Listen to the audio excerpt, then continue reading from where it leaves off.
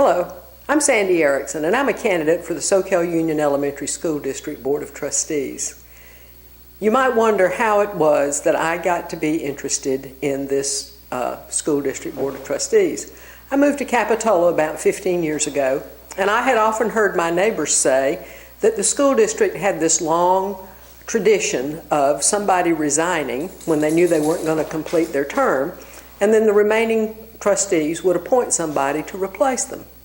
Well, I never paid much attention to that until last spring when they went after a parcel tax on my home. They wanted a parcel tax purportedly to reduce class size. That was what was needed. And so I started to pay attention to what they were doing. As luck would have it, the parcel tax failed. But when they found out that the parcel tax had failed, they also found out that they were going to get a lot of money from the sales tax increase that was Proposition 30. And so at the election breakdown, they learned that they were going to get this money. And one of the board members looked at the finance officer and said, "How is it we're going to explain to the parents that we're not going to use any of this money for class size reduction?" And I thought, that is really an interesting statement to make, because the mantra had been, we must reduce class size reduction. And so here we were. Well, as it turns out, a few months go by, and what happens? One of the sitting board members resigns. And here we go again with appointing someone to replace a board member. But now I'm starting to pay more attention to what the school district is doing. And over 400 of your friends and neighbors in Capitola and Soquel and the district vicinity signed a petition in December to get the school district to have a special election to fill that vacancy, as opposed to just allowing this appointment to stand. And so here I am, and I am running for this school district seat. I think it's interesting. One of the other things that they learned at the breakdown of the election results in June was that from the mouth of their own consultants, the people that the district paid $35,000 to tell them how to manipulate the voters and the citizens, told them that they didn't enjoy a high level of trust amongst the general public. Several things caused this. One, they got money from the city of Capitola a number of years ago to keep Capitola Elementary School open. They took the money and went on not too long thereafter to close the school.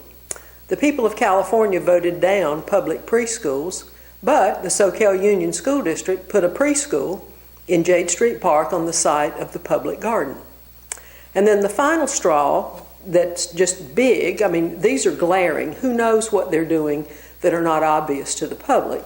But the final straw was when they got money from Proposition 30 and they didn't use one dime of it to reduce class size. Of interest, that there are 1,900 children in the Soquel Union Elementary School District, and there are 17,700 voters. It seems that the object of the preschool that they put in Jade Street Park is to grow the district. And so it's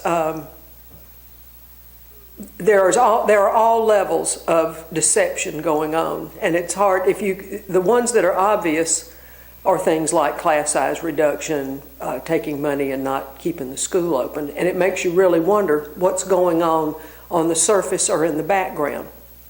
I have said on many occasions that the focus of the district is that they are first an employment agency, they're second a retirement and health care system, they're third a charity, and fourth in line is whatever they can do for the students. Mr. Castaneda, the district superintendent, when he was when he was campaigning for the parcel tax, on several occasions gave a presentation that called attention to the fact that 90% of the children or the students applying to Cabrillo College are not able to read and write well enough to do the work there without a lot of remediation. I was real surprised that he said this, and I heard him say it on more than one occasion, and that's because he is admitting that he has spent his career in a failing system.